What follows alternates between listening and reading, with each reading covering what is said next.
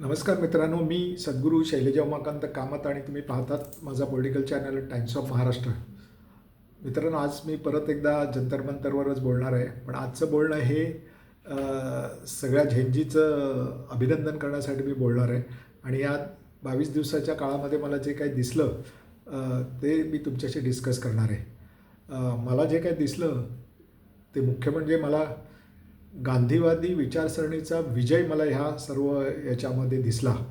धर्मेंद्र प्रधान यांनी राजीनामा देणं आणि त्याच्या अगोदर झेंजीवर पोलिसांनी केलेला अमानुष लाठी हल्ला आणि एखाद्या मिसाईल्स सोडाव्यात त्याप्रमाणे सोडलेली अश्रुधुराची नळकांडी, हे सर्व शांत चित्ताने सहन करत मारा आम्हाला, मारा आणखीन, आणि आम्ही मरायला तयार आहोत असं म्हणून ते सर्व अत्याचार शांतपणे शिवीगाळ न करता, हिंसाचारानेच त्याला प्रत्युत्तर न देता जे झेंजीने करून दाखवलं 20 जुलैला, हे अविस्मरणीय होतं, अभिनंदनीय होतं आणि त्यात त्यांना विजय मिळाला हे सांगण्यासारखं आहे.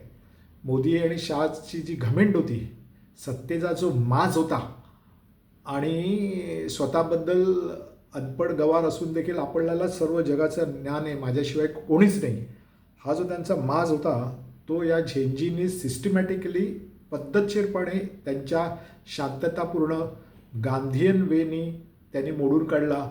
ह्याबद्दल ते सगळे झेंजीच्या आंदोलनामध्ये सामील झालेल्या सर्व तरुण आणि तरुण मुलींचं मी व्यक्तिशः आणि टाइम्स ऑफ महाराष्ट्र माझ्या चॅनलतर्फे देखील त्यांचं अभिनंदन करतो.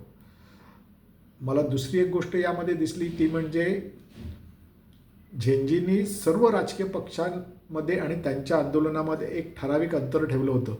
त्यामुळे आलेले सर्व त्यांच्या व्यासपीठावर आलेल्या सर्व राजकीय नेत्यांचं त्यांनी स्वागत केलं. हारतुरे दिले की नाही मला माहिती नाही, पण स्वागत करून 1-2 मिनटं काहींना बोलायला दिलं आणि त्यातनं त्यांना तिकडनं त्या आंदोलनापासून दूर केलं. शिस्तबद्ध पद्धतीने त्यांनी ते आंदोलन केलेलं होतं. जेवणाचं असू दे, रस्ते साफ करणं असू दे, आणि मुख्य म्हणजे एवढा मार खाऊन पण, अमानुष लाठीहल्ला सहन झाल्यावर पण त्यांनी गांधीयन वे वापरूनच जे पोलीस पॅरामिलिटरी फोर्सेसचे जवान जात होते त्यांचं टाळ्या वाजवून स्वागत करून त्यांना शर्मेने मान खाली घालायला लावली. आणि काय तुम्ही आम्हाला भरपूर मारलात, आता कसं वाटते तुम्हाला, घरी जाऊन तुमच्या मुलांना देखील सांगा, असे उद्गार त्यांना टाळ्या वाजवून त्यांना इतकं अपमानित केलं. This is the Gandhi way of agitation. गांधींची प्रिन्सिपल्स समाजामध्ये भारतामधल्या तरुण पिढीने आत्मसात केलेली बघायचं भाग्य आम्हाला मिळालं आहे, याचा मला फार अभिमान वाटतो आहे. दुसरी गोष्ट मला प्रकर्षाने दिसली की भारतीयांच्या माइंडसेटमध्ये एखादी व्यक्ती आपल्या व्हॅलिड रिझन्ससाठी, योग्य कारणांसाठी, देशहितासाठी, प्रांताच्या हितासाठी जेव्हा स्वतःचे प्राण पणाला लावतो, ही व्यक्ती झेंजीला फार प्रिय आहे, भारतीयांना फार प्रिय आहे.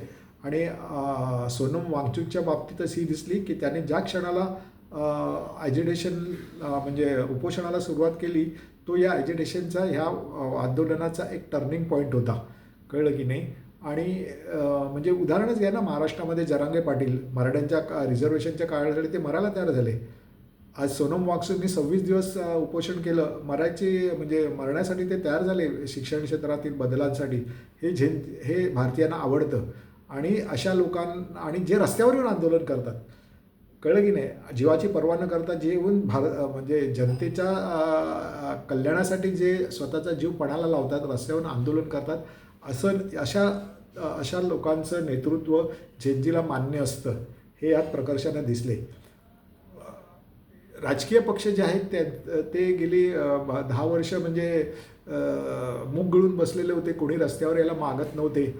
जोपर्यंत तुम्ही पोलिसांच्या लाठ्याकाठ्या खाऊन स्वतःचा प्राण पणाला लावत नाही, तोपर्यंत जनता तुमच्या साथीला येत नाही, हे या आंदोलनाने आज सिद्ध केलेलं आहे. आत्ता ह्याचं ताजं उदाहरण बघा ना, राहुल गांधी जंतर मंतरवर गेले नाही, त्यांनी आपला प्रतिनिधी ते पाठवला, पण ते स्वतः सर्व काँग्रेसच्या खासदारांना घेऊन त्यांनी पंतप्रधान मोदींच्या घराच्या बाहेर धरणं धरली. 250-300 मीटरवर सगळी झेंजी पसरलेली होती संसदेसमोर, संसदेच्या आणि मुख्य म्हणजे पंतप्रधानांच्या घरापासून 250-300 मीटरवर सगळी झेंजी होती, पण ते कोणी राहुल गांधीला जॉईन झाले नाहीत. याचं कारण मी जे म्हटलं, तुम्ही रस्त्यावर येऊन एखाद्या चांगल्या कॉजसाठी पोलिसांच्या लाठ्या पाड्यात खायला आणि स्वतःचा जीव जोपर्यंत प्राणाला लावत नाही तोपर्यंत जनता तुमच्याबरोबर येत नाही, ही गोष्ट आज झेंजीने सिद्ध करून दाखवलेली आहे.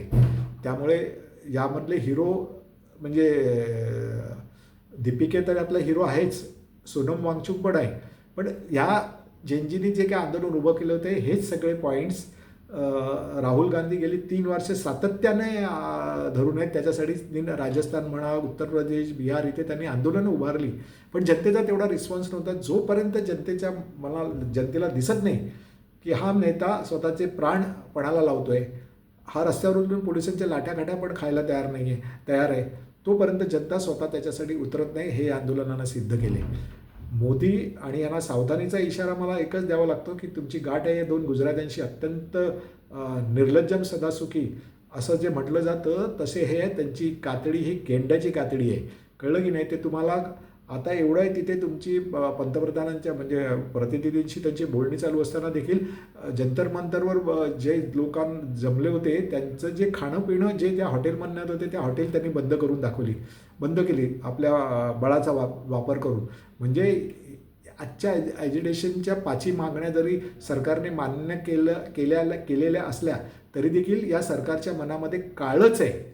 येणाऱ्या काळामध्ये झेंजी आंदोलनातले जे कोण नेते मंडळी आहेत त्यांनी ही गोष्ट आपल्या मनात आणि बुद्धीमध्ये अंडरलाईन करायला पाहिजे की आपली लढत ही अत्यंत बेडर, अत्यंत क्रूर, अत्यंत कपटी, अत्यंत दगाबाज अशा मोदीशांशी आहे. त्यामुळे तुम्ही येणाऱ्या काळामध्ये तुम्हाला प्रचंड मोठा झेंजीला आव्हान आहे. मुख्य म्हणजे न्यायप्रणालीमध्ये योग्य ते बदल करणं, नोकरशाहीमध्ये बदल करणं, पोलीसशाहीमध्ये बदल करणं आणि मुख्य म्हणजे इलेक्शन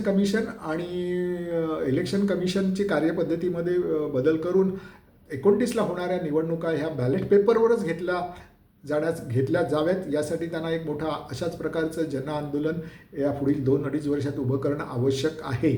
आणि सर्वात महत्त्वाचा शेवटचा पॉईंट म्हणजे जे मीडियाने आज जी भारतीय राजकारणातली जी घाण करून ठेवलेली आहे, कळलं की नाही? अत्यंत खालच्या दर्जाचं राजकारण मीडियाने फक्त पैसे कमवण्यासाठी केलेले आणि हे सगळा मीडिया आज जे 2 मोदींच्या प्रिय मित्रांकडे सगळा मीडिया जो गेलेला आहे त्याला धडा शिकवण्यासाठी देखील येत्या 2 वर्षामध्ये झेंजीला कंबर कसावी लागणार आहे. हे मला प्रकर्षाने जाणवलं ह्या ॲजिटेशनच्या दरम्यान. तर बघूया, फार म्हणजे मन प्रसन्न उल्हासित करणारा असा हा विजय आहे झेंजीचा.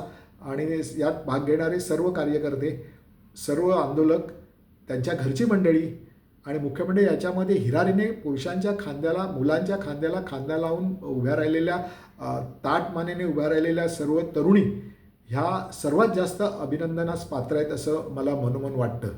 बघूया येणाऱ्या काळामध्ये मी जे आता पॉईंट सांगितले त्याच्यावर झेंजी आंदोलन कशा रीतीने उभं करत आहे यावर भारतीय लोकशाही भारतामध्ये टिकणार किंवा कसं याचा निर्णय लागणार आहे. आपण त्यांना शुभेच्छा, मी परत एकदा सर्व विजेत्यांचं अभिनंदन करतो या विजयाबद्दल.